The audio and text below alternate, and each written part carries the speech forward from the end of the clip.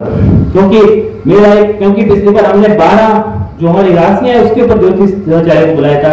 इस पे हमारे 27 नक्षत्र है, लेकिन छोटे छोटे नक्षत्र और बढ़ते गए, इसलिए हमने लगभग 35 से 40 ज्योतिष लोग यहाँ पर सेवा देने के लिए आए। मैं उन सभी का नाम तो यह मन से लेना ही चाहता हूँ, लेकिन मैं उनके चरणों में नमन करता हूँ, उनकी चरणों की धूल को अपने मस्तक पे लगाता हूँ। उनका स्वागत है इस सूर्य नगरी में, जहाँ पर ज्योतिष का सूर्य उदय होता है। वहां पर आप सभी लोग आए हैं, मेरी टेरो का लीडर ऋचा वगैरह जितने भी लोग आए, और सबसे महापुरुष के रूप में ब्रिज मोहन जी जो यहाँ पर विराट में, उनके चरणों में नमन करता हूँ। नंद किशोर जी है, खीमराज जी हैं, अर्चना जी हैं, और पूजा है हमारी बेटी है, राजेंद्र जी है, और नए रितेश जी है। क्योंकि अभी आप देखेंगे प्रश्न कुंज में वृद्धि योग चल रहा है, तो मेरा मानना है कि जो भी ज्योतिष यहाँ पर नया आया है, जो शिविर में अपनी सेवाएं दे रहा है, वो आगे वाले मंच पर अपने जीवन में ज्योतिष के क्षेत्र में उन्नतियों को छुएगा। ऐसी मैं यहाँ से ऐसी कल्पना करता हूँ और विश्वास दिलाता हूँ। ऐसा वो नरेश जो है हमारे फिर कर्नाटका से आए हैं यहाँ पर सेवाएं देने के लिए। मैं आपको बताना चाहता हूँ इस मंच से कि मैं जो हमारी पांडुलिपि जितनी भी उसका एक मिशन है भारत सरकार का, राष्ट्रीय पांडुलिपि मिशन, इसके तहत कुछ हमारे जो होम आश्रम के तहत हमारे कुछ विद्वान है जो इस पे काम कर रहे हैं पांडुलिपियों के ऊपर।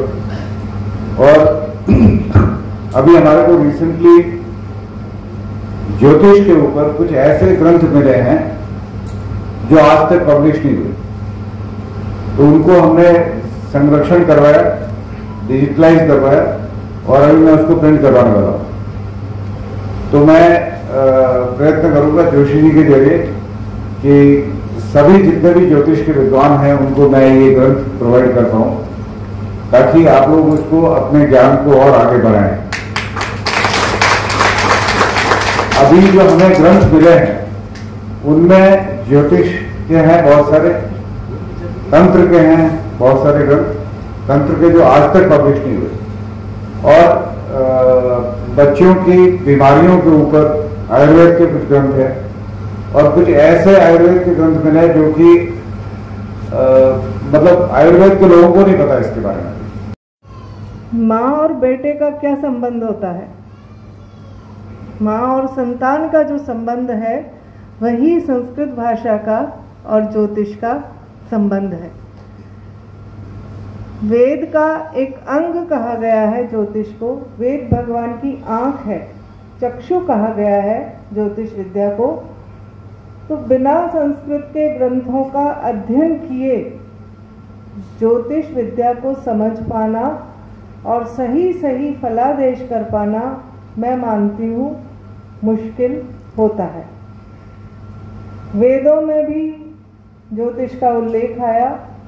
नदी उषस संवाद में प्रातःकालीन समय में जब सूर्य की होरा में ये दोनों संवाद कर रहे थे, तो ये कहना रहा कि ये संवाद आगे जाकर के कई प्रकार के जो पौराणिक ग्रंथ लिखे जाएंगे उनमें इस आख्यान का प्रयोग होगा। हम इस देश की मिट्टी में जन्म के अपने अपने स्तर से जो विद्वान है, विद्वानों के हिसाब से जनता की सेवा करें, ज्यादा जानने वालों से सीखें, कम जानने वालों को बताएं। अब रहा जोधपुर जिसका नाम है, कायदे से तो ये सूर्य नगरी थी, पर ज्योतिष ने जो है इसका नाम जोधपुर कर दिया। ये बात 700 वर्षों पहले की है। कन्नौज के महाराजा के एक सिंह जी हुए थे, और जिस समय वो पैदा हुए, पहले विद्वान बाहर बैठे रहते थे जब डिलीवरी होने वाली होती थी, और कुछ संकेत के लिए फेंका जाता था, क्योंकि महिलाएं अंदर रहती थी, पुरुष बाहर। आजकल अस्पताल में रहते हैं। अस्पताल में क्या है कि कंपाउंडर, जैसा कि माता जी ने कहा, ज्योतिष वेद भगवान की आंख है, जिसके द्वारा हम देखते हैं। वेद शब्द जो है संस्कृत में 3 धातुओं का कॉम्बिनेशन है। वेत्ति, विद्यते और विन्दति, जिसके द्वारा हम जानते हैं। ज्ञान वेत्ति, विद्यते माने जो हमारे सामने मौजूद है, और विन्दति माने जो हमें आनंदित करता है। यानी वेद का स्वरूप है सत, चित और आनंद, जो शाश्वत है, जो ज्ञानमय है और जो हम सबको आनंद देता है। व्यक्ति साधारणतया मानव का स्वभाव आनंदमय ही है। ईश्वर अंश, जीव अविनाशी, चेतन अमर, सहज सुख राशि।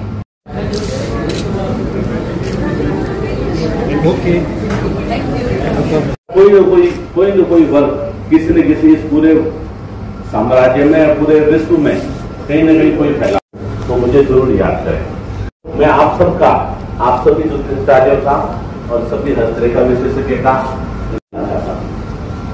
तो जो लाइन उन्होंने कही थी, ये दिखावा करके नहीं, मैं पिछा बदलना चाहता हूँ, और जो कहता हूँ वो करता हूँ, इसीलिए लोग जोशी जी के पास जाते हैं। तो मुझे भी लगा कि जो ये कहते हैं वो करते हैं। तो जोधपुर की जनता और जोधपुर की पावन धरती पे समस्याएं, मुझे संबोधन के लिए कहा तो बहुत हमें भी कम दिया है राजीव जी ने, ज्यादा समय राजीव जी ने कुछ नहीं रखा है। लेकिन मैंने एक बार जोशी से पूछा था आप ऐसा क्यों करवा रहे हैं, तो जो उन्होंने रिप्लाई दिया वो मैंने मेरी जिंदगी में उतार लिया है कि दिखा।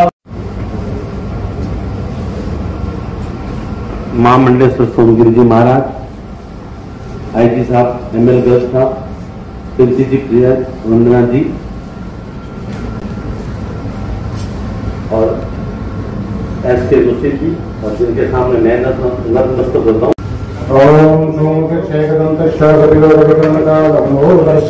विनाशो विनायक इंद्रजीतुर्गणाक्षो बालचंद्रो विद्यारण्य